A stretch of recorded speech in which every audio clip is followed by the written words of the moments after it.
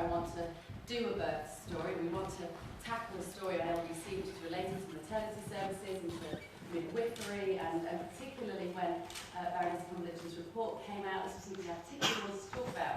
And of course, bosses in media go, it's just a women's story, isn't it? It's a women's issue. And that's a big part of what we're up against. That, unfortunately, has not changed very much over hundreds and hundreds of years. This is perceived to be something that we would do.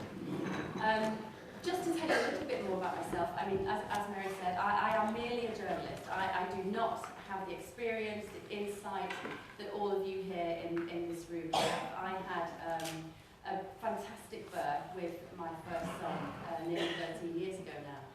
And I looked around my friends and the antenatal groups I'd been in, and I couldn't understand why I had this lovely natural birth in Professor Caroline Flint's birth centre, attended by Caroline and independent midwife Pamela.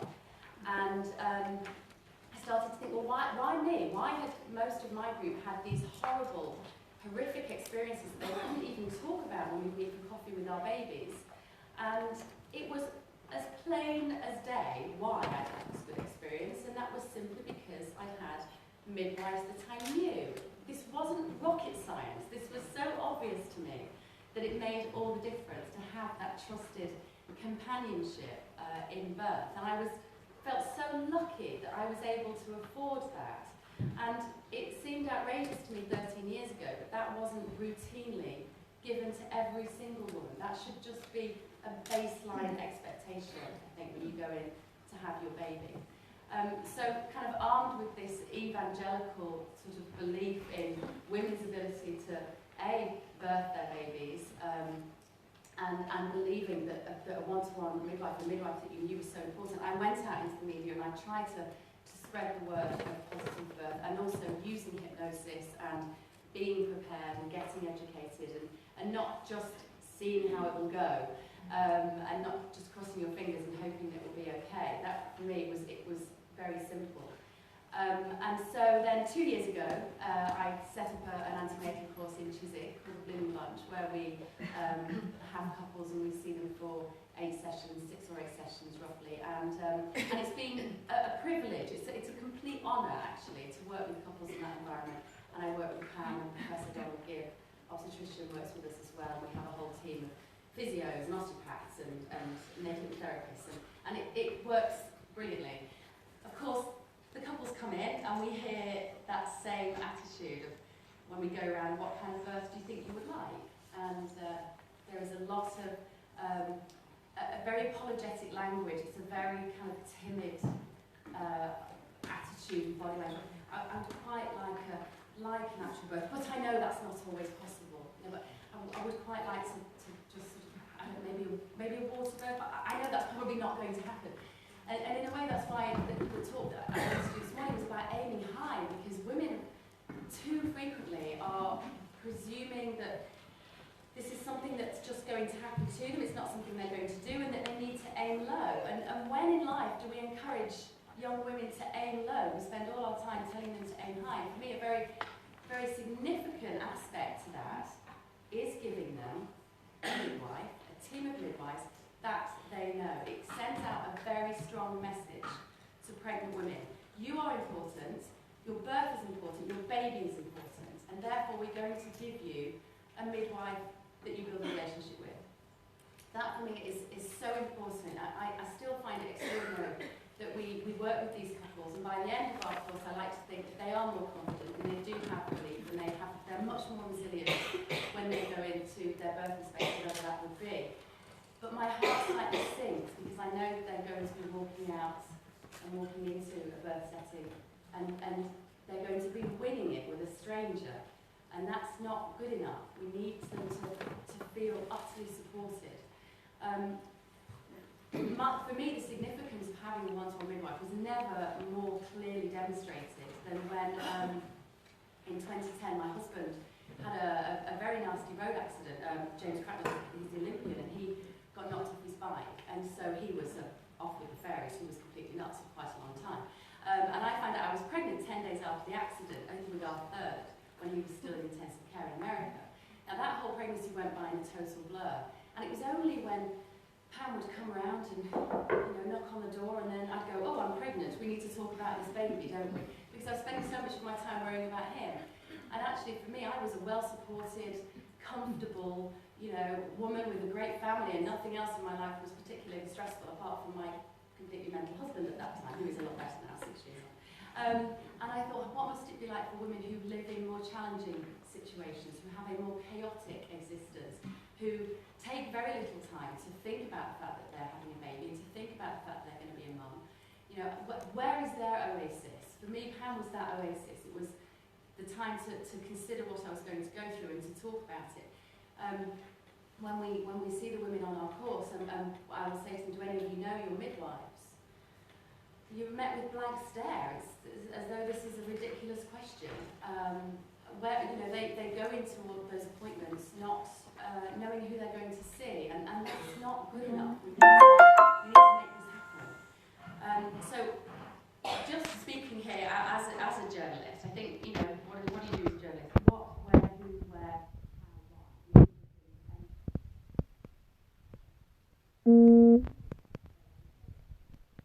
That this was going to happen today. It is really important that the momentum is kept going from the report.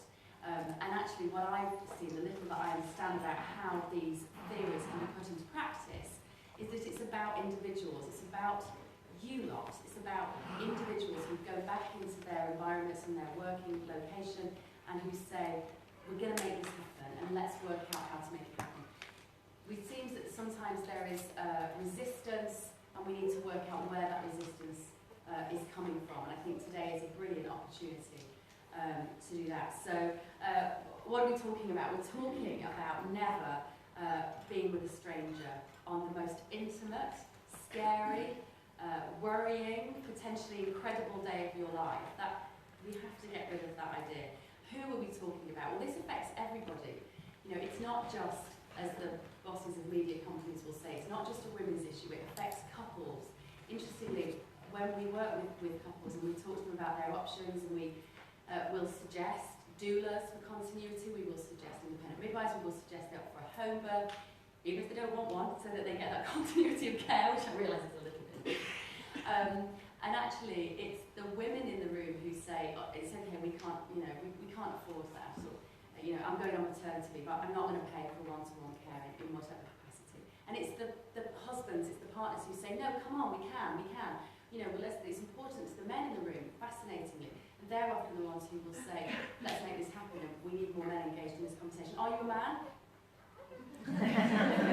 Any others? Come on, we need all of you. Oh, another one, well done. We need all of us in this room need to talk to the menfolk in our life about this issue, because sadly, too often they also hold the purse strings, particularly in the NHS. And I was at Downing Street last night. Millie Hill and I from Positive Working were at Downing Street at an event. We were walking up the stairs and we're looking at all the former prime ministers, all these white, middle-class, middle-aged men. And I said to Millie, it's a wonder. It's no wonder that nothing ever changes in this sphere, because whenever I get the ear of a politician and I try to discuss this, they do the whole, it's a women's thing, it's fine, all that matters is a healthy baby. We've heard it all before. And we need to make some massive changes in that area. There are more female MPs, not enough. And in fact, we met one last night that I'm going to be harassing and haranguing. So that's who it affects. Where is this going to be important? Well, it will be important, hopefully, birth centres, delivery suites, home births. I don't know. That's what we're here to work out today, to some extent, where this will be possible. When? Now. That isn't realistic. But we need to work out a time scale for this and when it can be made possible. I don't want my 7- and 5-year-old daughters to not have this. I don't want my 13-year-old son to not have this. This is important. It needs to happen now, and it's not just for us. Most of us in this room are done with our baby making, I think. It's our daughter's generation. It's the next generation of women. They are the ones who need this. And also how, again, that's a big issue for today. Where is the resistance? Who's going to pay for it? This obviously, when we did talk about this on LBC, and the accusations are that it's a privatisation of the NHS. there are very few people who want to see the NHS privatised. I certainly don't want to see the NHS privatised. On this matter, I don't care if it means privatising this particular area, because I don't see pregnant women as patients. I see pregnant women as consumers of a service. And if, as Baroness Cumberlege has advised, that women have a maternity budget that they can spend, brilliant, go for it, spend it. I just think this is one area where the NHS can afford to, and should actually, be just making it happen, whether that is with private or public funds. I don't care, I just want it to happen. And why? Well, all the evidence shows that one-to-one care for a woman is the most efficient way of ensuring a happier birth, a more positive experience, better breastfeeding rates. As I've heard Leslie Page say, I've quoted before, if it was a pill, it would be unethical to give it. That is what we know about this. If it was a pill, with all of the empirical evidence, then actually pharmaceutical companies would be falling over themselves to make this pill and to sell it to us. But because it's only women, looking after women, not that important, is it? Well, it is, it's incredibly important. And, you know, if I've had a bad day, sometimes I just close my eyes and think about the days that I gave birth, because they were amazing. And I would do it tomorrow if I didn't have to raise the damn kids.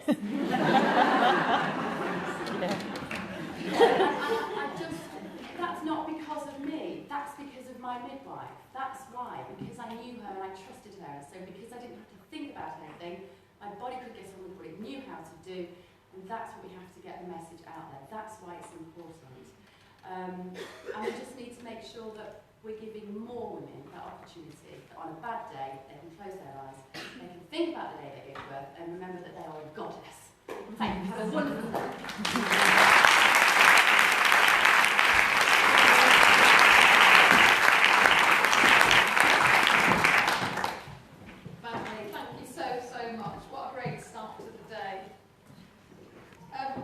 Baroness Cumberlege is going to be our next speaker, and it's delightful for me to be introducing Julia. We go back a very long way, back to the early 1990s. As many of you here will know, Julia was Health Minister then, responsible for making change in childbirth policy for maternity in this country, and it was a seminal moment. It absolutely changed things. It was the first time that we gained the term woman-centred care as absolute currency coinage, and we've all been using that ever since. It introduced the concepts of continuity of carer and choice and control for women.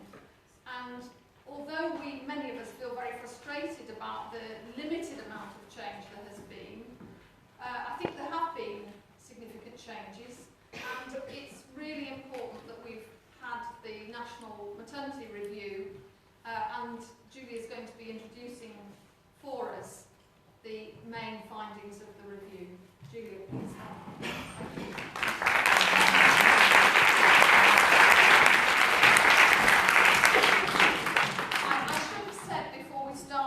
We do want these messages to be communicated widely. If you want to log on to Wi-Fi, you need to find the cloud connection and then either log in or register, so you can get the messages out. Thanks, Julie. Thanks, Mary. Thank you very much. Can you hear me if I stand here? Yes. Okay, I want you to admire my boots. Right, well, it's a great joy to be here. Thank you so much for inviting me. And to think of the coalition that's been here with AIMS, the RCM, the Neighbourhood Midwives, and the Serenity Birth Centre, which I remember visiting with great joy with Catherine, which of course is part of the Sandwell and West Birmingham NHS Trust. So coming together is terrific. And Beverley, thank you for a wonderful talk. That was really inspiring, really good send-off for us. But perhaps my greatest thanks are to Annie, because Annie was a member of our review team. And not surprisingly, we talked a lot about continuity. And I have to say, Annie was always really thoughtful, cogent, and made some really useful contributions that people listened to and took on board. And of course the advocacy was about continuity. Now, without a doubt, continuity has been the most challenging part of our report, better births. Now, I have put some copies at the back. I don't know if they've all gone, but if you want a copy, I hope there are one or two still there. And if you still want a copy and you can't get one, just drop me a line, and I will make sure you get one. Because one thing is I don't want to take them home. They weigh a ton, I can't tell you. I bought them up from Sussex, so do help yourselves. So why are we so keen on continuity? And Beverley's put it out so well, and I had the experience of 2 births at home with a midwife. Actually, both times a different midwife, but both were simply superb. And then the 3rd time, I had it in hospital by somebody I didn't know at all. And my real ambition was to get out of that hospital, because I wanted to get home, because that is where I felt most comfortable. And so, although I appreciate today, life is very different.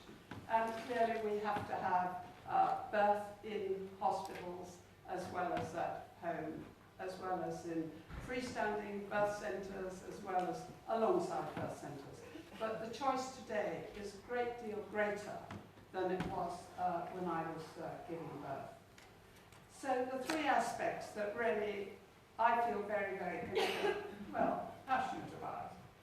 The first one is that it is the women and their families that are asking for this.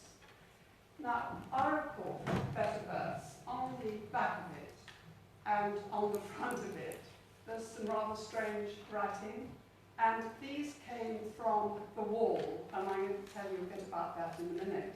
But you'll see people were asking, even on the wall, they were saying, come on, we want caseload midwifery.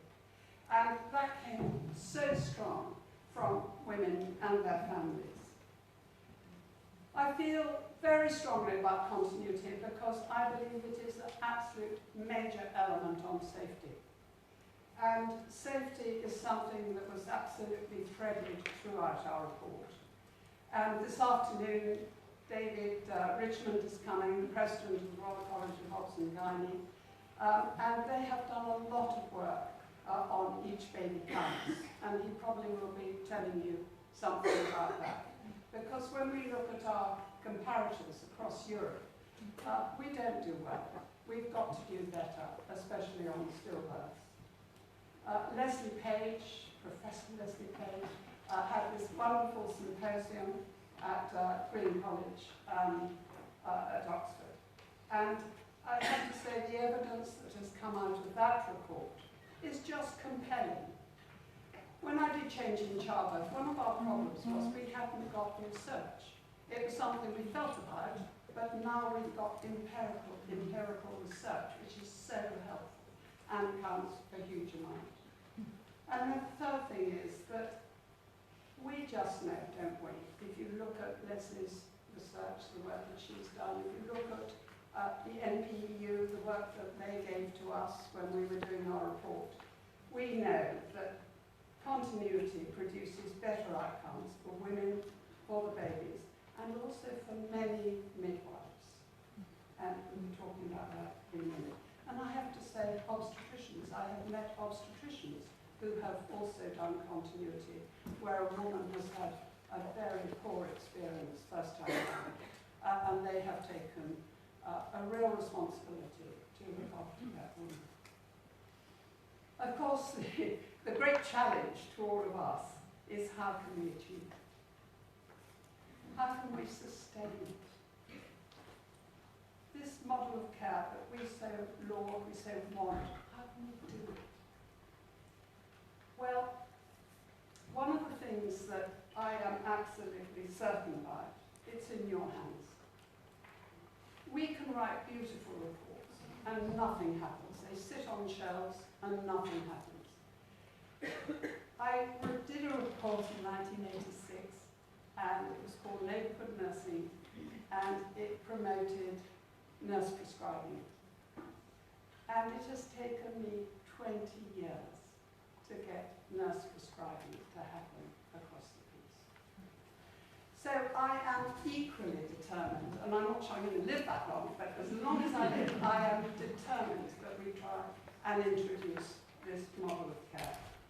And in fact, yesterday, my Vice Chairman, Cecile Champlin, and I work with NHS.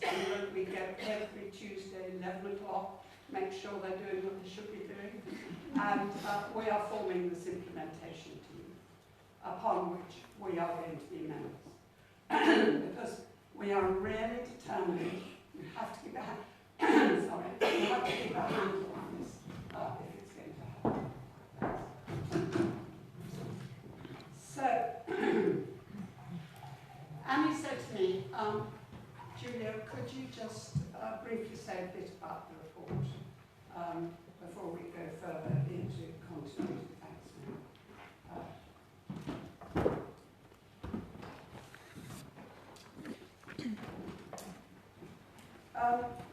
so, about a year ago, just over a year ago, the review team was appointed.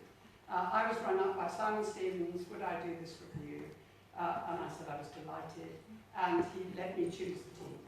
So there were 18 of us on the team, and we were very careful to keep the balance. We wanted to ensure that nobody could say that you've got too many obstetricians, you've got too many midwives, you've got too many managers, you've got too many CCGs. So we were very careful to get the balance right. And we became travellers. We went to Sweden, to Holland, to Denmark, and then we went round England. And we had 15 drop-in centres. I wonder how many of you were any of you able to come to the drop-in centres that we had? Yes, well, thank you for giving the time and for coming. They were enlivening. They were enormous fun. We made sure that we weren't in health service premises because we knew some people feel uncomfortable in those, so we were in community centres, into all sorts of different places where women were likely to go. And we met lots of dads, lots of mums, of course, midwives, some doctors, and also the voluntary agencies who are fantastic in giving advice and putting in a lot of energy and commitment to birth. So, looking at the wall and what all these people were writing on the wall, because at each venue we had a whole wall where people could write. We also had a post box where people could put in confidential stuff that they didn't want other people to read. We also had